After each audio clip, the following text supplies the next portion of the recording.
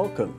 Welcome back to Senior Living in Alexandria. This is a program that's sponsored by Senior Services of Alexandria for information for seniors, their family and friends, and they have put on a useful array of programs over the previous months. We've got a special thing going this summer. We're focusing on finance. We've got a three-part series on finance issues that relate to seniors, and we're extremely pleased tonight for the second in the series to have with us Mark Fries. He was here last month and talked about estate planning, and Mark is in the Merrill Lynch practice area for elder care and special needs. Welcome, Mark. Nice to have you back. And also like to welcome our colleague, Alan Helfer. He's with the firm Ginsberg, Helfer, and Boyd. They're CPAs, and pleased to have you with us tonight. Thank you. And so our goal is to try to present some tax issues that confront seniors and see if we can impart some advice for them.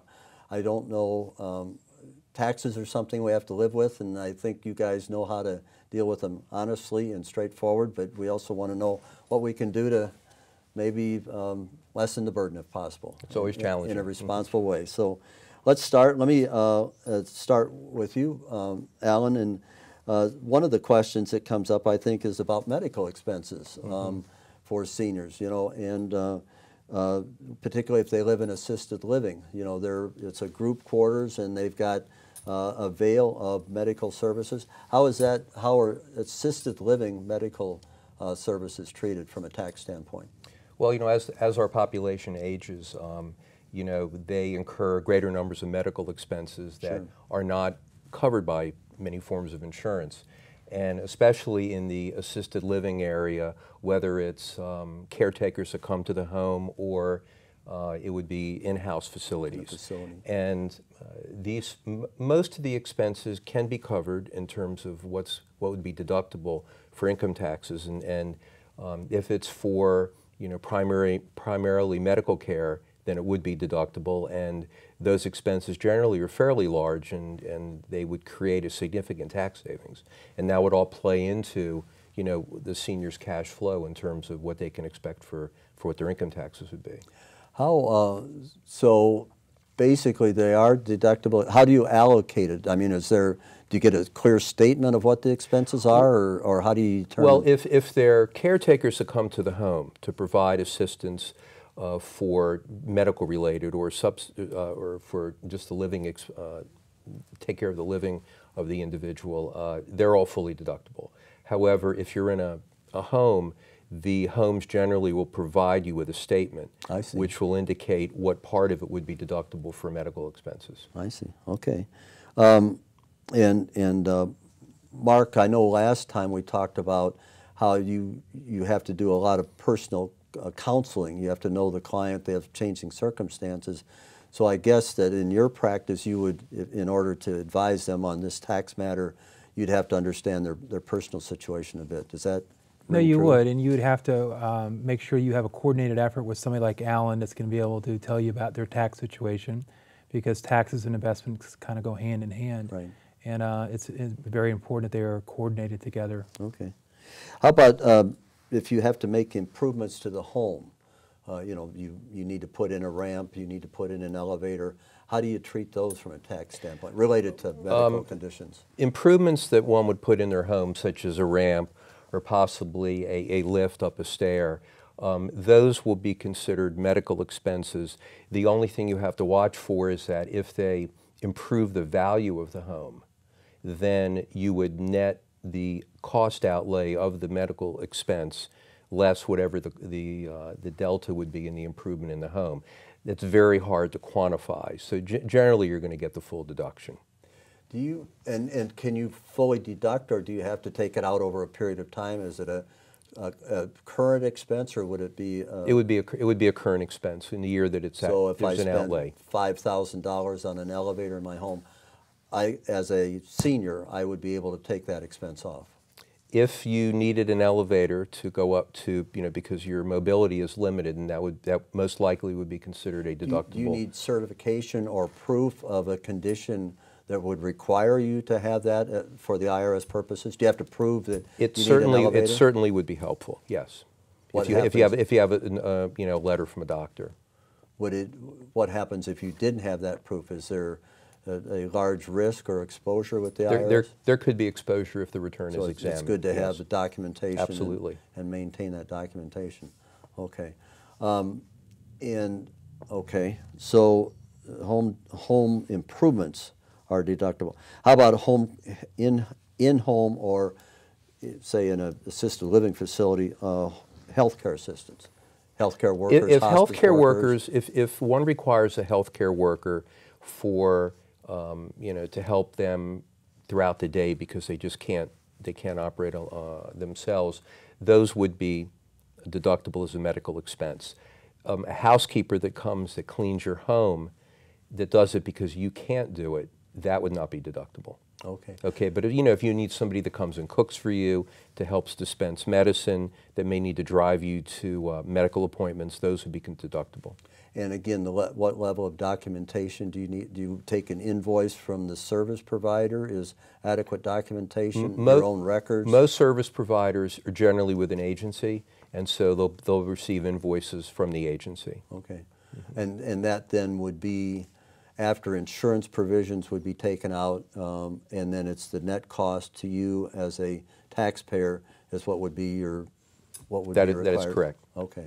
We're going to have a recipe. We're going to cut over to our favorite Chef Hans, who always has good food and good ideas for cooking for seniors.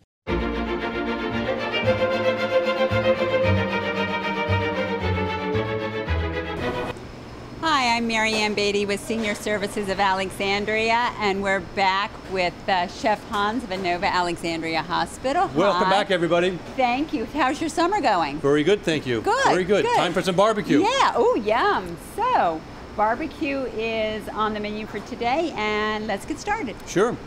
Well, we're going to make everyone's favorite barbecued spare ribs. And I'm going to do a dry rub with the barbecue spare ribs, and we're also going to make some baked beans. I know this is kind of a fall thing, but I think we're getting later on in the summer. So I'm using flageolet beans, but you can use any kind of small white bean. Okay. Navy beans work well. Okay. And we basically cooked off our navy beans, our flageolet beans, and simmered them in a little bit of liquid already, so that they're basically cooked into the tooth. We didn't want to make them where they're overcooked, but we just cooked them where they're just lightly soft. To those beans, we're going to add some mustard, a little bit of vinegar. We're basically going to make a baked bean sauce. Just a little bit of vinegar, molasses, some ketchup, and I have all these numbers and recipes on your website for you. Oh, yes. Thank you. A little bit of salt and pepper.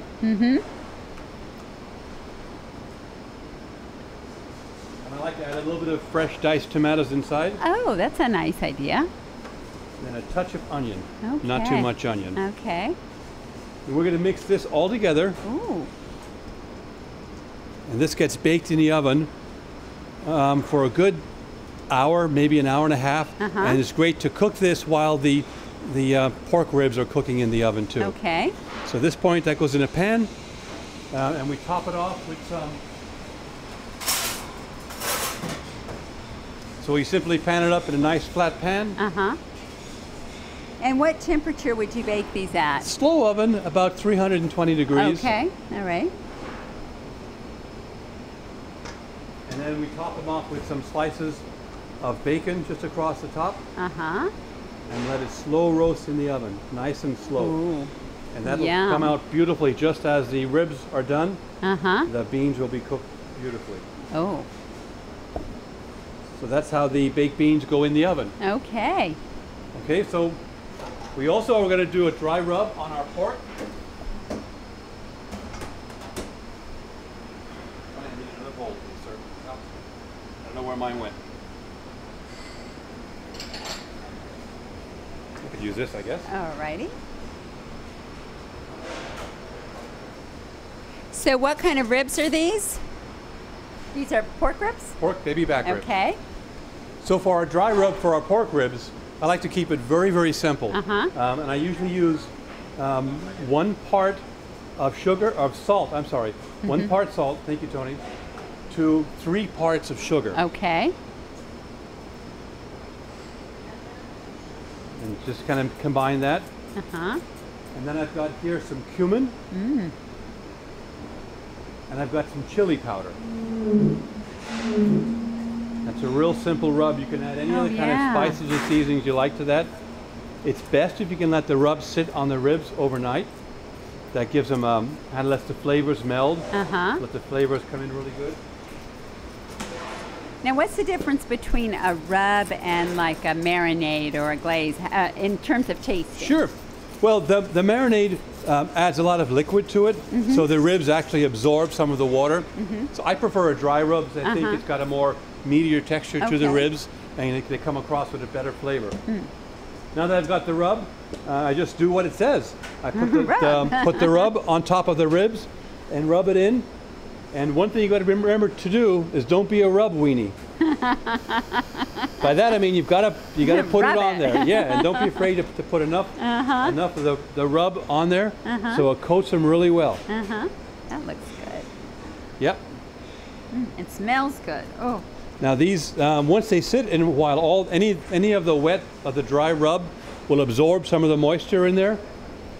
And after 24 hours, those go in the oven. Along with the beans, and you'll be amazed at what comes out. Oh. Okay, so that's the pork ribs. While that's going, let me make a quick glaze and show you how we make the glaze. Okay.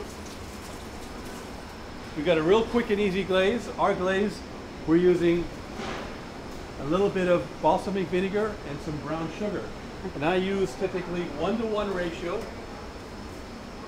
So I like to use 1 part of balsamic vinegar in the pan with 1 part of brown mustard. And as that reduces, balsamic vinegar is itself a little bit sweet. The brown sugar adds a little bit more sweetness to it. And it gets a beautiful thick caramely glaze that's going to coat the ribs once we take them out of the oven and once we're ready to serve. Oh. All right. Wonderful. Oh. All right. It's very easy. So last time we were here, we put together the glaze. So this is the glaze that's cooking. Remember, it was 1 part balsamic vinegar to 1 part brown sugar. I've got my ribs that we took them out of the oven, and we already cut them into single bone servings. All right. So we're going to take the ribs and we're going to toss a little bit of the glaze on top of them, just to coat them. So when we toss them back in the oven, they've got a nice coating on them. Now the ribs are fully cooked at this point, so all you really need to do is you're going to get them in the oven just to glaze them on top and heat them up. You don't need to go ahead and you're not trying to cook them all the way. See how beautifully rich that color is? Oh yeah. Oh boy. So at this point, you line them back up in the pan. And then they're going to finish up in the oven until they're nice and shiny and a little bit crisp, and heated all the way through. And how long would that be? About 30 minutes? Probably back in the oven about 15, 25 minutes. Okay, all right. You know, in a reasonably warm oven. And there we are. The ribs are going to go back in the oven till final service. Oh, those look beautiful. All righty, so let's see what we have here. Well, we have the beautiful baked beans that cooked for about an hour and a half in the oven. We have the ribs that cooked initially for about an hour and a half, and then another 10-15 minutes to put the glaze on top of them. We've got a little salad. Oh. Always start with a little bit of salad, a little bit of oil, and vinegar on the salad. And of course, it's not a salad without some cracked black pepper. There we go.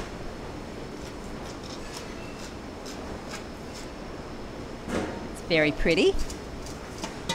I always like pre-tossing my salad. I don't like pouring dressing on top of a salad. Yeah. So a little salad on our plate. We've got some baked beans. Oh, don't those look pretty? See that wonderful texture and color? Yes. They look? Absolutely. Oh. There we go. Yum. Then some balsamic glazed ribs. Oh, that looks yummy. Oh, this looks like a real picnic, a real summer dish. Doesn't get any more picnic than this. No, it doesn't. Oh.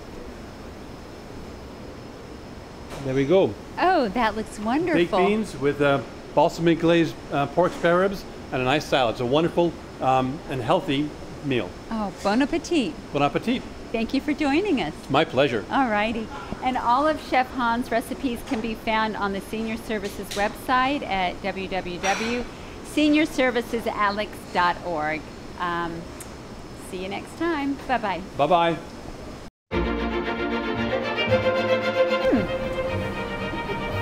That's very nice. Welcome back to Senior Living in Alexandria. Let's talk a little bit about Social Security. Okay. Are they taxable? It depends. Oh, Okay? of course. It's like everything with tax Right. law. Social Security benefits are taxable depending upon one's income level. I see. Okay. At most, they're going to be taxable at 85% of whatever you receive. It's subject to various income limitations and depending upon what the income is made up of. So it depends. Is that on an individual? If you're married, same rule applies? The total of the Social Security of a husband and wife Yes. goes against the 85%? It's all on one return. They look at Okay. on a particular return. So the limitations are different if you're a single individual and you have a single return versus a joint return. What if the couples are, this probably is a large question, but condition where the husband and wife are separated or divorced, and they need to allocate some of these costs among them? How would that, and they're seniors, how would that work out? There can be advantages, especially with a married couple, where one may incur large medical expenses. They file married filings separately, so that they would one would get the benefit of the larger deductions because there are limitations on the amount that you're allowed to deduct. The limitation, you have to exceed 10% of your adjusted gross income.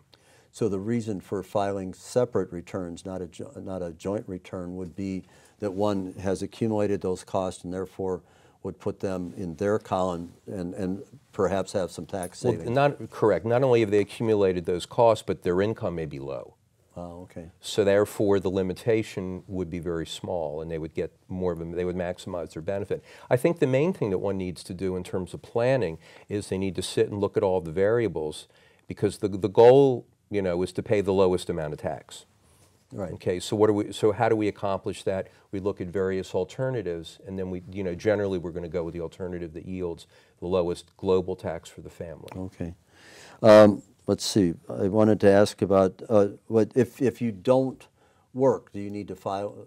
Are you relieved from filing a tax return? It depends on your income level. I mean, if you don't work, you're not going to have any earned income. However, you'll have unearned income, such as from dividends, capital gains, interest income. You may get some royalty income. There's different types of income, and you may have a filing requirement. Are seniors eligible for the earned income tax credit? They may be. Depends if they meet the qualifications. Correct. And is that something that a lot of seniors know about or take advantage of? I mean, it would be a low income. Yeah, if their income is low enough, but they probably don't take advantage of it. Okay. Let's see. How about our retirement plan distributions? Okay, as you get to 70 and a half, you have to begin drawing your IRA, and I guess, if I understand it, what you explained last time was there's a formula for that, and that formula isn't up to you. It's mandated, and the mandated retirement distribution. So you begin receiving checks out of your IRA. I guess that assumption is, let's calibrate that against the expected, the hypothetical life that you would have. So you get an amount each year. Is there withholding on that? So that I understand you'd have to pay taxes on that. Is that correct? First. Well, just the global question is, are retirement plan distributions deductible? It depends upon the plan. Okay, you may have non-deductible IRAs where the bulk of it is not going to be taxable. You may have Roth IRA distributions. You may where have the taxes have been prepaid. Correct. As opposed so it depends upon the type of plan that you have. And then, as you alluded to before, in terms of the calculation, it's tied into, as Mark had went over previously, it's tied into life expectancy tables. And depending upon whether it's your own or you have it's a dual life expectancy, then the amounts are going to vary. However, it's going to be taxable. Can you have withholding? Yes. let me pull Mark into this. We talked last time about how you have to really do a client intake, understand their situation, and it changes over time. When you're working with a client on these matters, how do you deal with tax issues with them? So the first part, you make them understand that the IRA is deferred in most cases from taxes, and when you start taking distribution, it's going to be considered a regular earned income. So how is that going to affect you, and when should you start taking it? So you're required at age 70.5 to start taking it, but you could take it earlier than that if you wanted to. And there's some rules regarding that. So we look at their whole situation and figure out what their tax situation is going to be, what we expect their tax situation to be in the future, and as Alan alluded to, try to make the best decisions so they pay the lowest amount of tax. Are many seniors startled when they begin, oh, good news, I've got my IRAs, they've saved over the years, they've accumulated, I've got this vast pot of money, whoopee, we can go to Paris. And all of a sudden they say, well, wait, you only get so much, and by the way, you got to pay taxes on it. Is that a startling revelation for a lot of seniors? Well, they can take more if they want to, but of course, the more they take out, I call it the umbrella. Right. So anything that's not underneath that umbrella, that comes out from underneath that umbrella, is not protected anymore, and so it's going to be taxed. And so it's surprising that a lot of seniors are actually not happy about having to take the distributions. Sure. A lot of them want to pass the money on to their kids, and they're required to take the money out. A lot of them, if they've done proper financial planning, have other assets that are creating enough income for them, so they don't really need these distributions. And so you'd be surprised that a lot of them feel like, oh, I wish I didn't have to do this, but they do. What happens if you don't draw on a schedule? What tax consequences? If I ignore it, I don't know to do it, or I willfully neglect to do it, what happens to somebody that doesn't begin drawing their IRA? There's significant penalties. In terms of? In terms of penalties on the amount that should have been withdrawn. Are most seniors notified by their provider of the IRA, their financial advisor, and therefore they should be aware of it? Generally, they are. Okay. Correct. And I know one of the things that we do in our firm is that we monitor that. You know, we monitor when somebody reaches age 70.5, and we make sure that, you know, either we're working with their advisor or we're working with them to notify them that they need to take a distribution. You send them the good newsletter, all this money you've worked all these years to provide. I usually call them. And by the way, would you come in and we'd like an appointment to explain how you need to handle this? Most of them are aware of it. You know, we try to talk about you know, investment planning and estate planning and financial planning along with, you know, their advisor. How do you work with clients? I mean, you'll obviously you give them very straightforward current tax advice, and you have to maintain that knowledge and pass it along to them and put it to their benefit. But in terms of relating to them and their situation, what kinds of things have you seen? You know, as a CPA, we're very fortunate where when we're working with our clients, we see the global picture, and you know, we keep them abreast. You know, you're going to be reaching retirement age. There may be some financial planning that we need to do. We'll work with you, you know, you and your advisor, or we try to keep them abreast of what's going to be happening in the future, especially cash flow planning, so that you know you're making X number of dollars today. You're going to need a certain amount that you need to live on. You know, and try to project out as to what they're going to need when they retire. If you we're getting close to the end, but if you had a single piece of advice that you would pass along to seniors in terms of tax planning, what's your? Well, I think number one, you want to start planning early. Planning early. Okay, and you want to work with your advisors so that you've got a structured plan in place, so that you know you'll be able to provide for yourself, and hopefully the main purpose is that you're providing globally for your family. Okay. And that's the most important thing. I think that's what most of us would like to do, and hopefully we take advantage of the information. Well, we're about out of time. I do appreciate, I'm sure there's many, many more questions of a tax nature and in terms of elder care that we could pursue, but I think we've given a lot of information, and I really appreciate your working with us, helping us today. And we'll see you next month. Mark will be back with us for our third in this series. And Alan, really thank you very much for coming. My pleasure. Really thank you for having me. Thank you very much.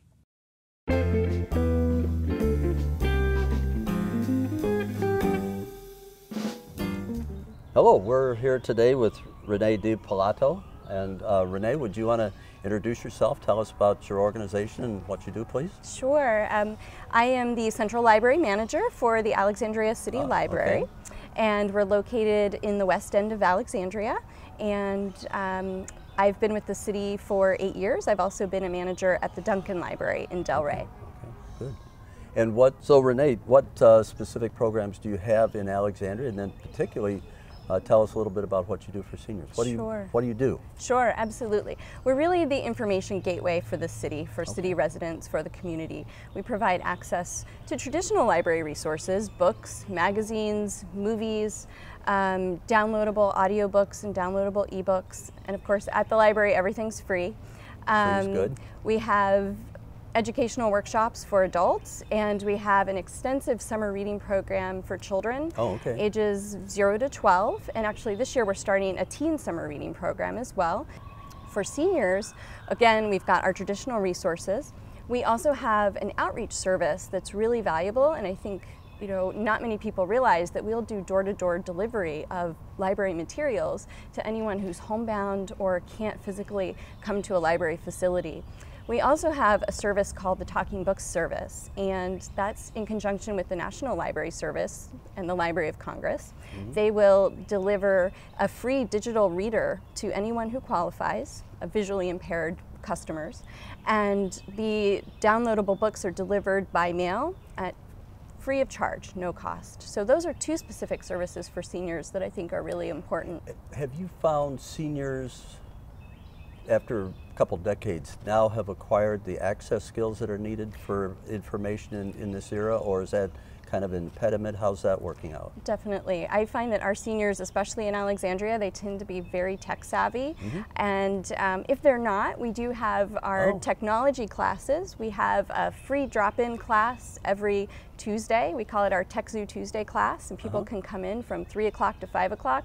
And we also do computer classes by appointment. So if someone has a specific need for, say, Microsoft Word or Excel, or they just want to learn how to use the internet, set up an email account, we'll do one-on-one appointments with our librarians. So we're going to lift them into the media age, and they can have full access. Absolutely. Another thing, you mentioned children's programs. I think you would welcome grandparents. It's a good place to bring your kids and browse and take home some books to read with our children, their grandchildren. And we see that more and more, that grandparents are coming in, and we welcome that. We have a beautiful children's area and story times for families and for children of all ages. How have you worked with Senior Services? We've done a number of things with Senior Services. We love working with Senior Services. We are part of the speaker series, so we host lectures at the Beatley Library. We also have the Senior Central, which is what we refer to our literature area. So it's all literature, consumer type literature specifically for seniors. Well, how would people find you? How do they get in touch? How can they learn more about this? Sure, they can find us on the web at alexandria.lib.va.us, or just Google Alexandria Library. They can also give us a call at 703-746-1702. Okay. Well, thank you very, very much. Thank you. And you've been very helpful. Thank you very much. Bye-bye.